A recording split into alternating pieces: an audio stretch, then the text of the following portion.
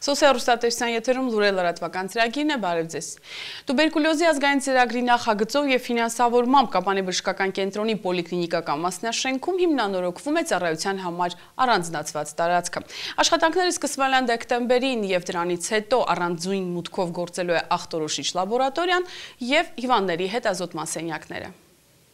Առանձին մուտք, ախտորոշիչ լաբորատորիա, հիվանդների հետազոտման առանձին սենյակ շուտով նման պայմաններում է աշխատելու Կապանի բժշկական կենտրոնի հակատուբերկուլյոզային ծառայությունը։ Անցած տարվա դեկտեմբերից սկսվել են տարածքի հիմնանորոգման աշխատանքները։ Տուբերկուլյոզի ազգային ծրագրի նախագծով եւ ֆինանսավորմամբ է կատարվում։ Պայմանները ստեղծման համար, որպեսզի մեր հիվանդները ազատ ելք-մուտք ունենան առանձին մուտքով,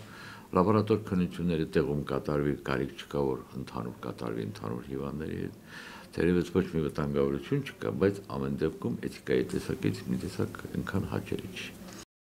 Բժիշկները ժամանակավորապես տեղավորվել են երկրորդ հարկի մեկ սենյակում։ Հիվանդների զննումը, քարտերի պահպանությունը կատարվում է այստեղ։ Ախտորոշիչ լաբորատորիան առաջինը կլինի մարզում, թոքային հիվանդների խորխի քննություն կկատարեն։ Լինում են մեր հիվանդների մեջ նաև բացիլակիր հիվանդներ, որոնք որ վտանգավոր են շրջապատի նկատմամբ, որ կարող են վարակ տարածել։ Իհարկե տուբերկուլյոզով վարակ այդքան սուր վարակ չի, բայց ամեն դեպքում երկարատև շփվելուց հետո կարող են շփվող անձնավորությունների մեջ նույնպես առաջանալ այդ հիվանդությունը։ Եվ դրա համար էլ նպատակային է, որ մեր առանձին լինի եւ առանձին կատարվի այդ աշխատանքները։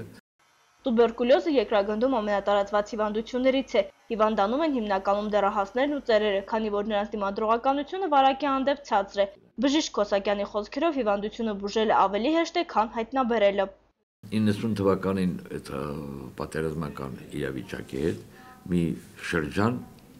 պակասեց։ Դա երևի նրա հետ էր, որ առողջապահական համակարգը չէր կարող այնպես աշխատել, որպեսզի կարողանան հայտնաբերել։ Սա հիվանդներին հայտնաբերելն է ամենադժվարը։ Հետագայում սկսեց բարձրանալ, աճել։ Ունենում ենք բացիլակիր հիվանդներ, տարեկան 10, 12, 14 բացիլակիրներ, բայց փառքաստու անցած տարի ունեցել ենք ընդամենը 3 բացիլակիր հիվանդ։ Հիմնանորոգումից հետո լոկալ ջեռուցման համակարգ էլ կտեղադրվի։ Այս պահին պոլիկլինիկայում տուբերկուլյոզով հաշվառված հիվանդների թիվը անցնում է 100-ից։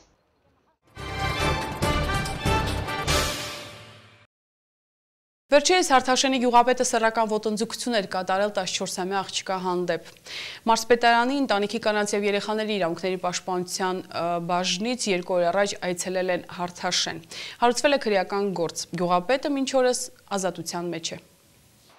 Փետրվարի 23-ին Հարթաշեն գյուղում համայնքի ղեկավար, ով միաժամանակ աշխատում է դպրոցում որպես ֆիզկուլտուրայի ուսուցիչ, սեռական ոտնձգություն է կատարել իր 14-ամյա աշակերտուհիներից մեկի հանդեպ։ Հարուցվել է քրեական գործ ակնհայտ 16 տարին չլրացած անձի նկատմամբ անառակաբարո գործողություններ կատարելու հատկանիշներով։ Մինչ օրս գյուղապետ Ազատ Ղուկասյանը գտնվում է ազատության մեջ։ Մարզպետարանի երեխաների իրավունքների պաշտպանության բաժնից 2 օր առաջ այցելել են Հարթաշեն։ Հանդիպեցի երեխայի եւ ընտանիքի հետ, ինչպես նաեւ իր դասընկերների եւ դասղեկի հետ։ Երեխան շատ դժվար շփվող երեխա է, համենայն դեպս ավելի շատ ծնողներն են փորձում դեպքի մասին խոսալ, քան ինքը եւ շատ դժվար է հաղորդակցվում։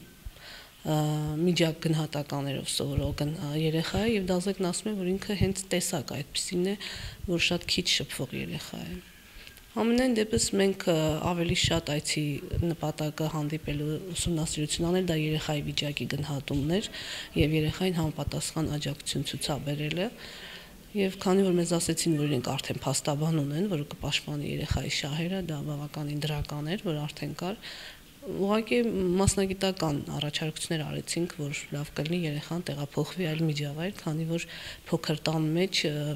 գյուղից շատ համայնքից բնակիչներ, բարեկամներ հավաքվում են եւ անդադ այդ դեպքի քննարկումը երեխային հնարավորություն չի տալիս, որ դուրս գա այդ վիճակից, բայց ընտանիքի անդամները դա չընդունեցին այդ առաջարկը։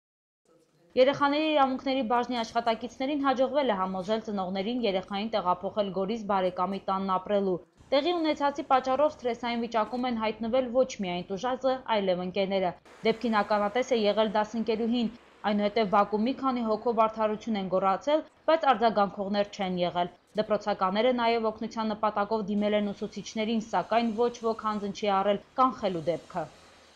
Երբ որ ես հենց այդ նպատակով հանդիպեցի դասընկերների եւ բարձր դասարանցիների հետ, որոնք պատրաստակամություն հայտնեցին այցելել, տեսնել երեխային նորից հետ բերել դպրոց եւ աջակցել այդ վիճակից դուրս գալու համար, որտեղ երեխան դեպքի այդ երբ որ արդեն այդ հնչեղությունը ստացավ, այդ օրվանից դպրոց չի գնում։ Համենայն դեպս դասարանը, դասղեկը շատ լավ տրամադրված են, որ իպսի երեխային աջակցեն եւ այս պարագայում միայն նրանք երևի կկարողանան օգնել այդ երեխային, քանի որ ընտանիքը այլ կառույցների օժանդակություն դեռևս չի ընդունում,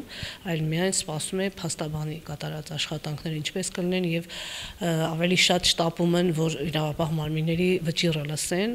չնայած կարող այդ աշխատանքները նաեւ երկար տևեն։ Դեպքի մասին բարձրաձայնել են ընկերները, կարելի է ենթադրել, որ նման բան առաջին անգամ չէ տեղի ունենում։ Ըստ Նաիրա Ավանեսյանի, եթե ընկերուհին ականատես չլիներ, հնարավոր է անգամ կատարվածի մասին ոչ ոք չիմանար։ Սովորաբար բռնության դեպքեր ուղեկցվում են նաև ահաբեկչությամբ եւ զոհը ինքը երբևէ շատ հազվագյուտ, որ կարող է պատմել այդ մասին, դա կարող է արդեն այնպիսի ֆիզիոլոգիական վիճակ ստեղծվել, որ բժիշկները ասենք հաստատեն այդ ամեն ինչը, կամ ինքը զոհը երբևէ դրա մասին չի խոսում։ Կարծում եմ չէր խոսի, որովհետև ինքը բռնություն ուղեկցվում է նաև այդպիսի ահաբեկչական գործընթացներով, էլի դե բնականաբար վախեցնում են, որ եթե ասես մեկը բոլորը կիմանան, քեզ համար ավելի վատ կլինի եւ կարծրատիպ կա զոհի մոտ, հիմնականում չեն ասում։ Ըստ հետքի գյուղապետին դեռևս ազատությունից չեն զրկել, նրան նույնիսկ մեղադրանք չեն առաջադրել, իսկ եթե այնուամենայնիվ փաստի առթիվ հարուցված հոդվածով Ազատ Ղուկասյանին մեղադրանք առաջադրվի, նա կարող է պատժվել ընդամենը տուգանք վճարելով 200-ից 400 հազար դրամ։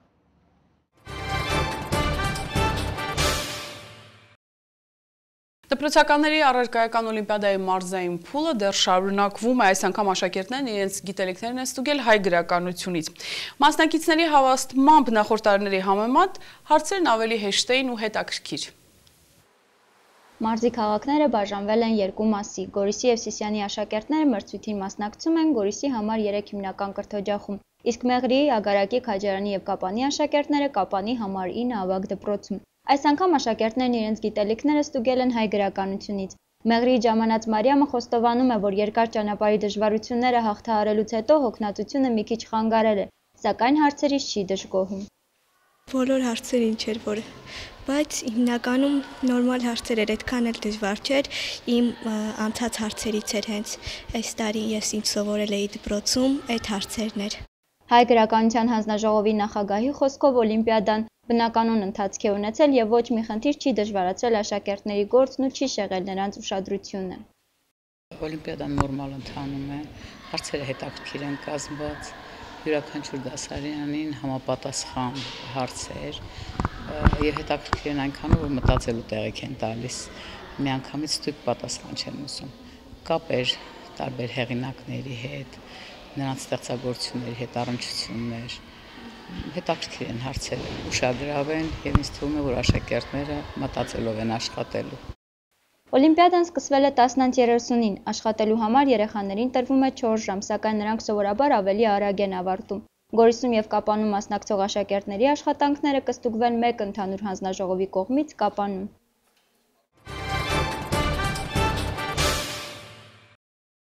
Եվրամիության գագաթնաժողովում ստորագրվել է Եվրոյի գոտու նոր համաձայնագիրը։ Իրանը ընտրում է Մեջլիսի նոր կազմ։ Թողարկման միջազգային լուրերը։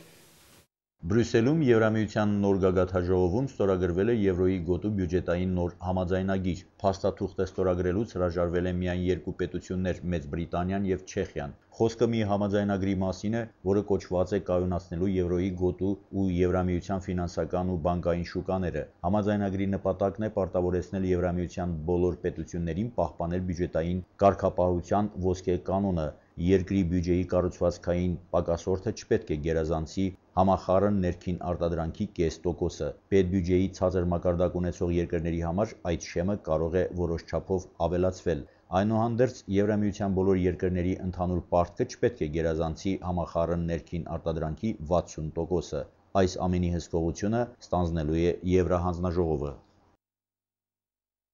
Պահպանողականների հաղթանակը կանխորոշված է, բայց ինտրիգը պահպանվում է։ Իրանը որոշում է Մեջլիսի նոր կազմը։ Առաջիններից մեկը քվեարկել է երկրի գերագույն ղեկավարը։ Ընդդիմությունը ընտրությունները բոյկոտում է, պայքարը ծավալվում է պահպանողականների երկու կլանների միջև, բայց Այաթոլլահ Ալի Համեյնին ընտրողներին հավատում է եւ չի կասկածում բարձր ակտիվությունը կդառնա վստահության նշան գործող կարգի հանդեպ եւ ապտակ իմպերիալիզմին։ Անցյալ տարվա գարնանը պահպանողականների ճամբարը բաժանվել է երկու մասի։ Եթե հաղթեն Մահմուդ Ահմադինեջադի կողմնակիցները, պարզ կդառնա Համեյնիի ապագա մրցակիցը։ Մեկ տարի հետո լրանում է Ահմադինեջադի նախագահության երկրորդ եւ վերջին ժամկետը։ Առանց Մեջլիսի աջակցության նրան սպասում է քաղաքական անհայտություն։